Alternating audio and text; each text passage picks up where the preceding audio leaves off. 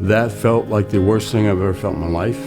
It was crushing, dizzying, disorienting, painful, all of the above and more. When John first came to us, he had just suffered from a stroke that affected the left side of his brain, so the right side of his body had no movement in his arm and very little movement in his leg.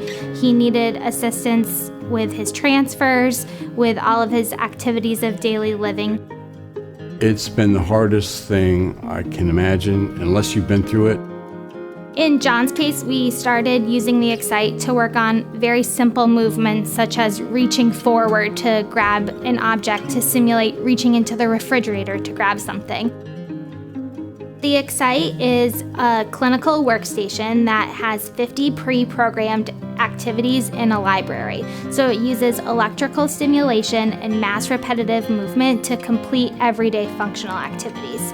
Sunnyview is the first facility in the area and only facility in the area to have the Xcite. The next closest facilities would be down in the New York City area or Boston areas.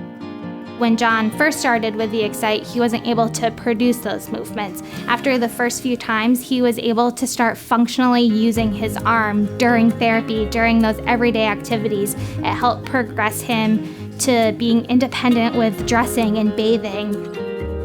With the Xcite, you can stim up to 12 muscle groups at one time, and it uses electrical stimulation to produce contractions and make muscles work.